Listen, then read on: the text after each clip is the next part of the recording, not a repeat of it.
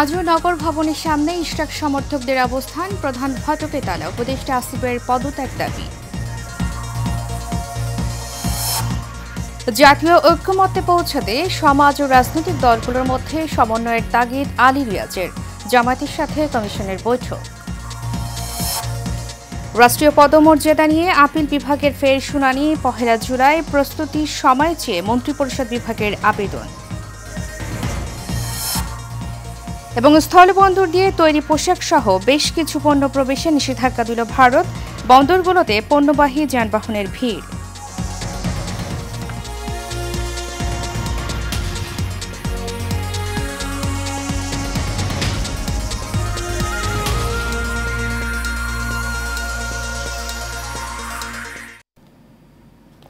স্বাগত এশিয়ান নিউজে, সাথে আছি আমি উর্মি আক্তার। এতক্ষণ শুনছিলেন বিআরবি কেবল ইউনিভার্সিটি লিমিটেড সংবাদ শিরোনাম। এবারে চলে যাব পুরো খবরে। ঢাকা দক্ষিণ সিটি কর্পোরেশনের মেয়র হিসেবে ইঞ্জিনিয়ার ইশরাক হোসেনকে দায়িত্ব বুঝিয়ে দেওয়ার দাবিতে টানা চতুর্থ দিনের মতো নগর ভবনের সামনে বিক্ষোভ কর্মসূচি পালন করছেন তার অনুসারীরা। আন্দোলনকারীরা নগর ভবনের প্রধান ফটক আটকে দিয়ে সেখানে অবস্থান নিয়েছেন, ফলে সেবাগ্রহীতারা ভবনের ভেতরে প্রবেশ করতে পারছেন না। সকাল থেকে ঢাকা দক্ষিণ সিটি কর্পোরেশনের নগর ভবনের প্রধান ফটকের সামনে ঢাকাবাসী ব্যানারে অবস্থান নিয়ে বিক্ষোভ করছেন আন্দোলনকারীরা। ঢাকা দক্ষিণ সিটি কর্পোরেশনের বিভিন্ন এলাকা থেকে ছোট ছোট মিছিল নিয়ে এসে তারা নগর ভবনের সামনে জড়ো হচ্ছেন। বাইরে অবস্থান নিয়ে ইশরাক হোসেনের শপথ গ্রহণে বিলম্বের প্রতিবাদ জানাচ্ছেন তারা।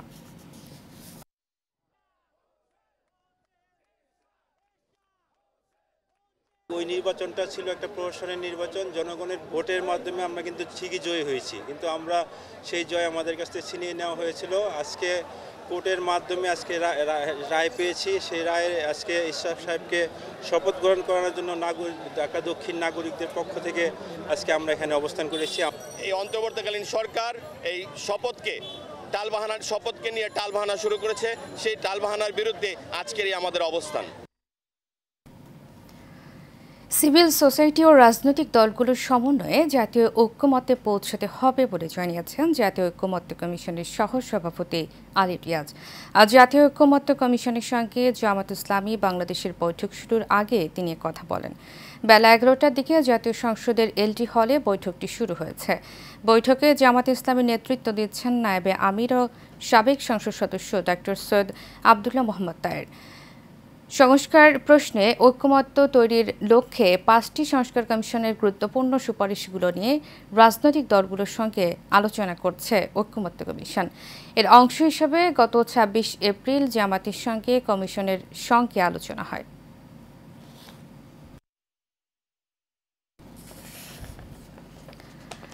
আগামী অর্থ বছরের জন্য 2,30,000 কোটি টাকার সম্ভাব্য বার্ষিক উন্নয়ন কর্মসূচি অনুমোদনের লক্ষ্যে জাতীয় অর্থনৈতিক পরিষদের বৈঠক অনুষ্ঠিত হবে আজ। এদিন রাজধানীর শেরেবাংলা নগরের এনইসি সম্মেলন কক্ষে এনইসি চেয়ারপারসন প্রধান উপদেষ্টা অধ্যাপক ডক্টর মোহাম্মদ ইউনূসের সভাপতিত্বে এই বৈঠক অনুষ্ঠিত হবে। আগামী 2025-26 অর্থ বছরের জন্য প্রস্তাবিত 2,30,000 কোটি টাকার এডিপির মধ্যে সরকারের নিজস্ব অর্থায়নে 1,44,000 কোটি টাকা এবং প্রকল্প ঋণ ও অনুদান হিসাবে 86,000 কোটি টাকা বরাদ্দ দেওয়ার প্রস্তাব রয়েছে। জানা গেছে, উন্নয়ন বাজেটে বরাবরের মতো এবারও বড় 5 খাতে 70% বরাদ্দ দেওয়া হচ্ছে। এর মধ্যে শুধু পরিবহন ও যোগাযোগ খাতের জন্য বরাদ্দ থাকছে 25.64% বা 58,973 কোটি টাকা।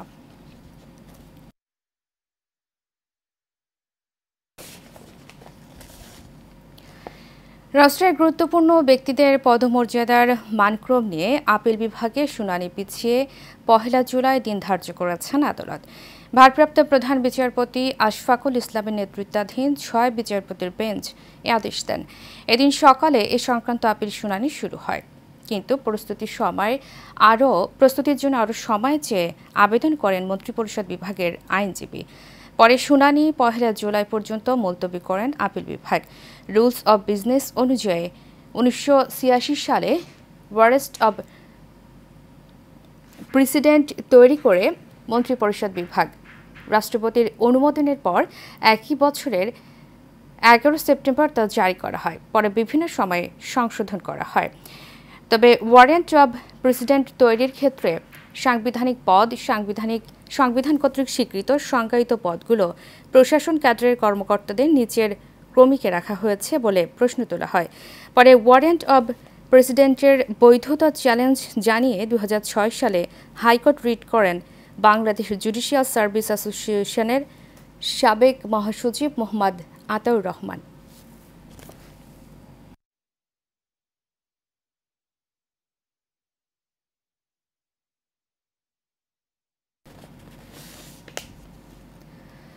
নিজেদের স্থলবন্দর দিয়ে বাংলাদেশি পোশাক সহ বেশ কিছু পণ্য প্রবেশে নিষেধাজ্ঞা দিয়েছে ভারত। দেশটি শনিবার জানিয়েছে বাংলাদেশ থেকে শুধুমাত্র নাভা, সেভা এবং কলকাতা সমুদ্র বন্দর দিয়ে এসব পণ্য আনা যাবে। তবে ভারত হয়ে নেপাল ও ভুটানে যেসব পণ্য রপ্তানি করা হবে সেগুলোর ক্ষেত্রে এই নিষেধাজ্ঞা কার্যকর হবে না। ভারতের বাণিজ্য শিল্প মন্ত্রণালয়ের বৈদেশিক বাণিজ্য অধিদপ্তর এক বিবৃতিতে এই তথ্য জানিয়েছে। এতে বলা হয়েছে বাংলাদেশের কিছু নির্দিষ্ট পণ্য ভারতের স্থল বন্দর দিয়ে আসায় নিষেধাজ্ঞা আরোপ করা হয়েছে, যা তাৎক্ষণিকভাবে কার্যকর হবে। এর পরিপ্রেক্ষিতে বাংলাদেশ থেকে কোনো তৈরি পোশাক ভারতের কোনো স্থলবন্দর দিয়ে প্রবেশ করতে দেওয়া হবে না। শুধুমাত্র নাভা, সেভা এবং কলকাতা সমুদ্র বন্দর দিয়ে বাংলাদেশি তৈরি পোশাক ভারতে যেতে পারবে।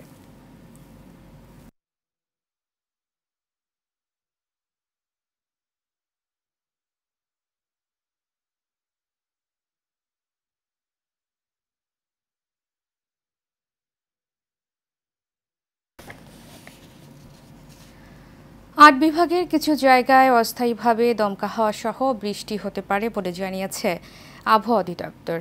আজ সন্ধ্যা ৬টা পর্যন্ত আবহাওয়ার পূর্বাভাসে এই তথ্য জানানো হয়। এতে বলা হয় রংপুর, ময়মনসিংহ ও সিলেট বিভাগের অনেক জায়গায় এবং রাজশাহী, ঢাকা, খুলনা, বরিশাল ও চট্টগ্রাম বিভাগের কিছু কিছু জায়গায় অস্থায়ীভাবে দমকা হাওয়া সহ বিদ্যুৎ চমকানো বা বৃষ্টি বা বজ্রসহ বৃষ্টি হতে পারে।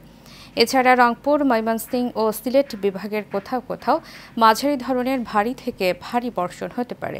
সারা দেশে দিন এবং রাতে তাপমাত্রা সামান্য হ্রাস পেতে পারে এবং বান্দরবান জেলা সহ খুলনা বিভাগের উপর দিয়ে মৃদু তাপপ্রবাহ বয়ে যাচ্ছে এবং তা প্রশমিত হতে পারে।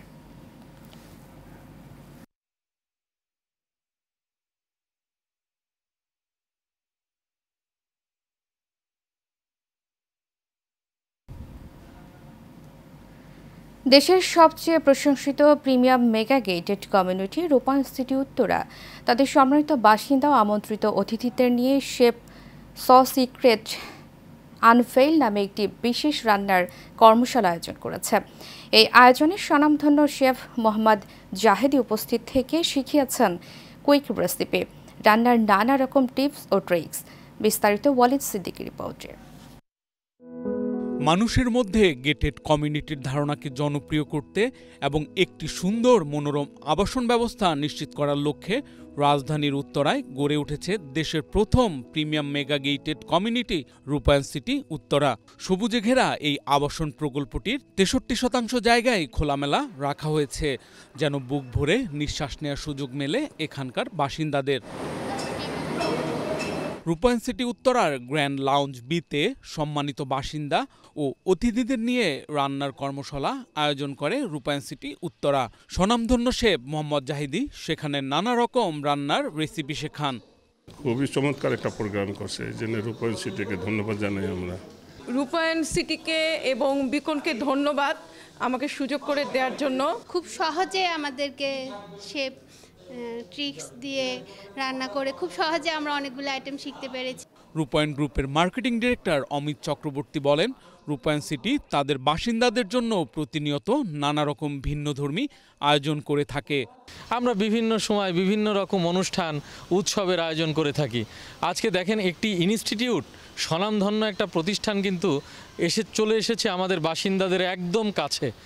অর্থাৎ আমাদের এই চার দেয়ালের এই সীমানার মধ্যে থেকে যে মানুষ একটা হতাশার মধ্যে ভুগবে যে আমরা কোথায় কি পাবো, কোথায় যাব, কি শিখবো, কি খাবো, তো সেই জায়গা থেকে আমরা কিন্তু প্রতিনিয়তই তাদেরকে এরকম একটা অনুভূতি দেওয়ার চেষ্টা করছি। রূপায়ণ সিটি CSR এর অংশ হিসাবে এই অসাধারণ আয়োজনের উদ্যোগ গ্রহণ করেছে বলে মন্তব্য করেন রূপায়ণ সিটি উত্তরার CEO M Mahbubur Rahman. Community living এর যে মেইন উদ্যোক্তা, সেটাই হচ্ছে রূপায়ণ সিটি।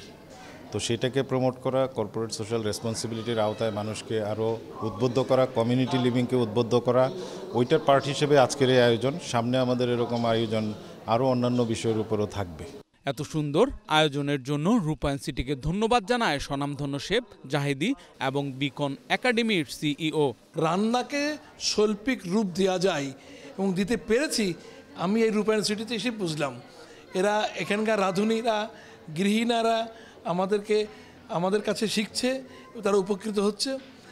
আর ডেফিনেটলি রূপায়ণ সিটির এই উদ্যোগকে আমি সাধুবাদ জানাই। আমি তো ইউরোপে অনেক জায়গায় গেছি, আমি রূপায়ণ সিটিতে যখন ঢুকলাম তখন আমার এক কলিগকে বলছিলাম যে দেখো লাইকে ইউরোপ। আমরা যখন ইউরোপে কোনো আবাসিক জায়গায় যেতাম তখন এই এনভায়রনমেন্টটা পেতাম। এর ভিতরে all type of social facilities আছে। রূপায়ণ সিটিকে অবশ্যই অনেক ধন্যবাদ এই ধরনের একটা উদ্যোগ আয়োজন করার জন্য। রূপায়ণ সিটির পক্ষ থেকে আপনাদের সবাইকে আন্তরিক ধন্যবাদ জানাচ্ছি। কর্মশালা শেষে অংশগ্রহণকারী সবাইকে রূপায়ণ সিটির পক্ষ থেকে ক্রেস্ট প্রদান করা হয়।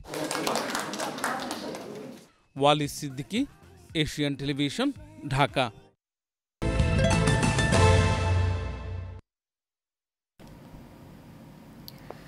কবিতা, সাহিত্য এবং সামাজিক উন্নয়নে বিভিন্ন ক্ষেত্রে অবদানের জন্য গুণীজন সংবর্ধনা ও সাংস্কৃতিক সন্ধ্যার আয়োজন করে ফাউন্ডেশন 89। রাজধানীর বিশ্ব সাহিত্য কেন্দ্রে এই সংবর্ধনার আয়োজন করা হয়। রবীন্দ্র, নজরুল এবং দেশাত্মবোধক গানের সুরের মূর্ছনায় শুরু হয় সাংস্কৃতিক সন্ধ্যা। গানে মেতেছিলেন আমন্ত্রিত অতিথিরা। পরে সামাজিক উন্নয়ন ও সাংবাদিকতায় বিশেষ অবদান রাখার জন্য এশিয়ান টেলিভিশনের head of news Mohammad Sirajul ইসলামকে সংবর্ধনা দেয় ফাউন্ডেশন 89। এ সময় তার হাতে ক্রেস্ট তুলে দেন সংগঠনটির চেয়ারম্যান সঞ্জিদা তিথি।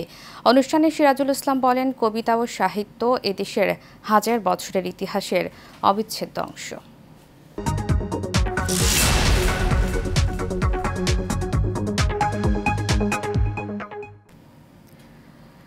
ঐতিহ্যবাহী খাবারের সম্ভার নিয়ে রাজধানীতে যাত্রা শুরু করেছে চট্টলা ওরস ও মেজবানি হাউস। উত্তরা 15 সেক্টরে ঘরোয়া পরিবেশে এই আকর্ষণীয় রেস্টুরেন্টের উদ্বোধন করা হয়। চট্টগ্রামের নারী উদ্যোক্তা তুনাজ্জুনা ইসলাম, মোহাম্মদ আকসার উদ্দিন, ওমর এবং রায়হানের উদ্যোগ ও প্রচেষ্টায় চট্টগ্রামের ঐতিহ্যবাহী ওরস হাউসের যাত্রা। উদ্যোক্তারা বলেন, উদ্বোধন উপলক্ষে আগামী 10 দিন সব ধরনের খাবারে 20% ছাড়ের ঘোষণা দিয়েছেন কর্তৃপক্ষ। এছাড়া স্কুল কলেজের শিক্ষার্থীরা সব সময় 10% ছাড়ে খাবার খেতে পারবেন এই রেস্টুরেন্টে। শেষ করব এশিয়ান নিউজ, তার আগে বিআরবি কেবল ইন্ডাস্ট্রিজ লিমিটেড সংবাদ শিরোনামগুলো জানাবো আরও একবার।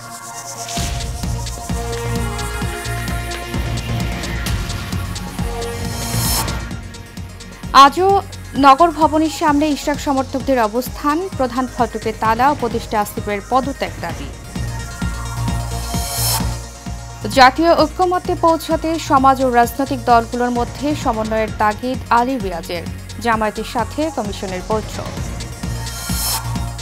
রাষ্ট্রীয় পদমর্যাদাক্রম নিয়ে আপিল বিভাগের ফের শুনানি, 1 জুলাই প্রস্তুতির সময় চেয়ে মন্ত্রিপরিষদ বিভাগের আবেদন। এবং স্থলবন্দর দিয়ে তৈরি পোশাক সহ বেশ কিছু পণ্য প্রবেশে নিষেধাজ্ঞা দিল ভারত, বন্দরগুলোতে পণ্যবাহী যানবাহনের ভিড়।